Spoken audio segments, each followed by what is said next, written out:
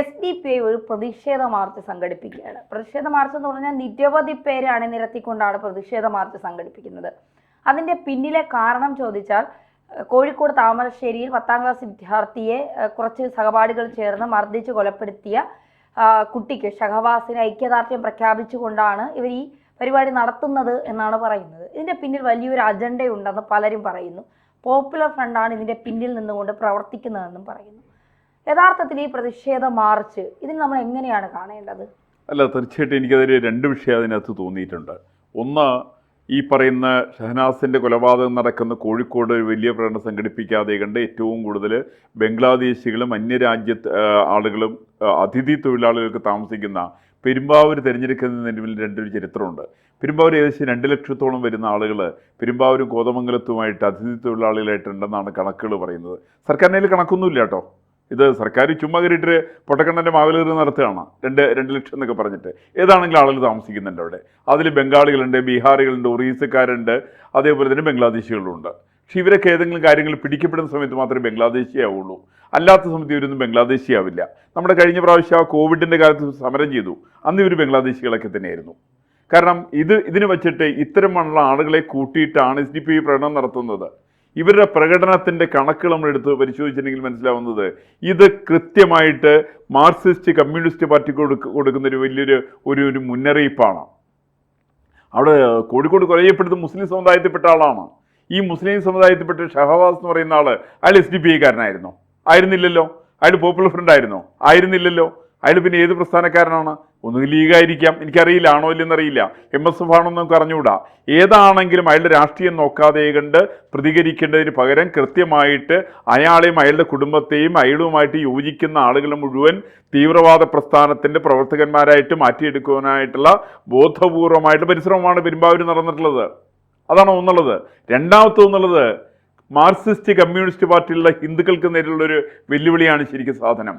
കാരണം ആ കേസിലെ പ്രതികളായിരിക്കുന്ന ആളുകൾ ഏറെ പേര് SFI ആയിട്ട് ബന്ധപ്പെട്ടവരാണ്, മാർക്സിസ്റ്റുകാരാണ്.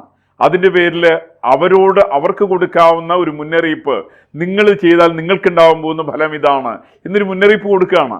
കാരണം മാർക്സിസ്റ്റ് കമ്മ്യൂണിസ്റ്റ് പാർട്ടിയിൽ തന്നെയുള്ള മുസ്ലിങ്ങളായിരിക്കുന്ന ആളുകൾ അവർ SDPI പിന്താങ്ങുന്നവരാണ്.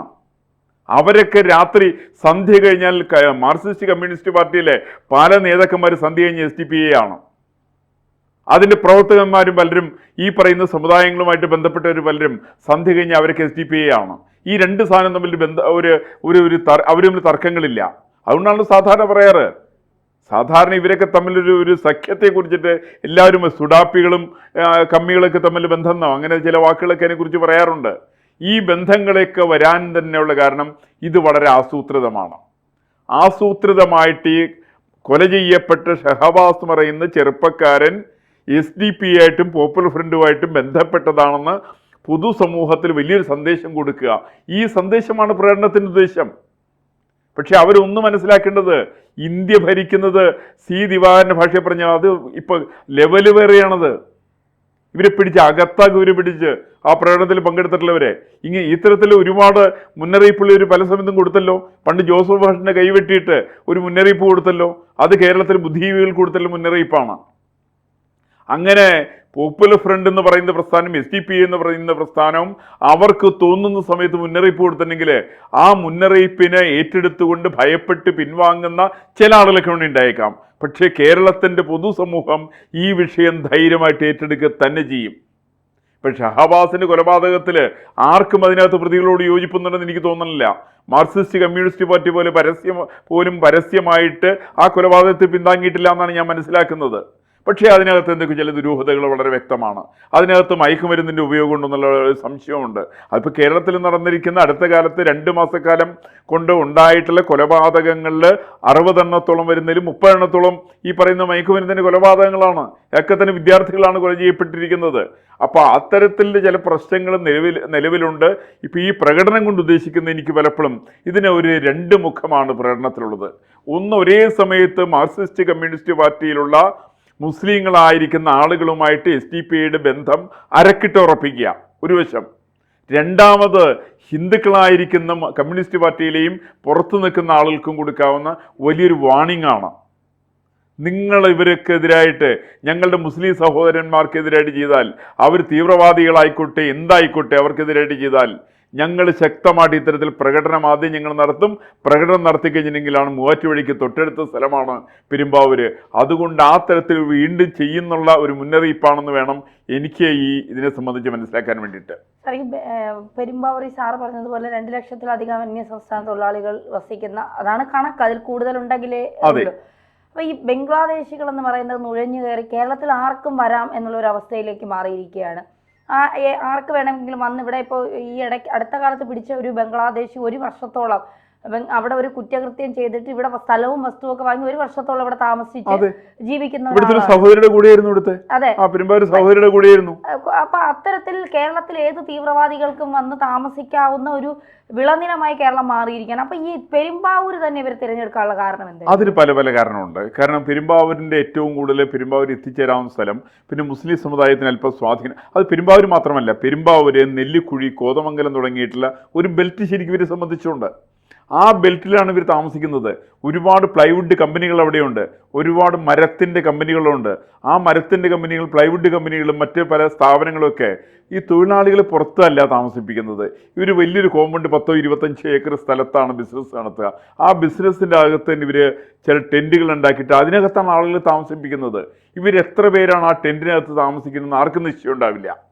ഇപ്പോൾ തെരഞ്ഞെടുപ്പ് സമയത്ത് ഇവർക്ക് വേണ്ട സ്ഥാനാർത്ഥികളെ തെരഞ്ഞെടുപ്പിൽ വോട്ട് ചെയ്ത് ജയിപ്പിക്കാൻ വേണ്ടിയിട്ടുള്ള സ്വാധീനം ഇവരെ സംബന്ധിച്ചുണ്ട്. നിങ്ങൾ അവിടുത്തെ പ്ലൈവുഡ് കമ്പനികളും തീപ്പെട്ടി കമ്പനികളും മറ്റ് കമ്പനികൾക്ക് ഒന്ന് എടുത്തു നോക്ക്. അതിൻ്റെ ആ ഫാക്ടറിക്കകത്ത് എത്ര പേര് താമസിക്കുന്നുണ്ടെന്ന് കണക്കെടുത്ത് നോക്ക്. അത് അവിടെ മാത്രമൊന്നുമില്ല, എറണാകുളം ജില്ലയുടെ പല ഭാഗത്തും ഇത്തരത്തിലുണ്ട്. അവരൊക്കെ താമസിക്കുന്നത് തീവ്രവാദ കേന്ദ്രങ്ങളായിട്ട് അവർ ഉപയോഗിക്കുന്നത് കമ്പനിയുടെ പ്രീമിസസ് ആണ്.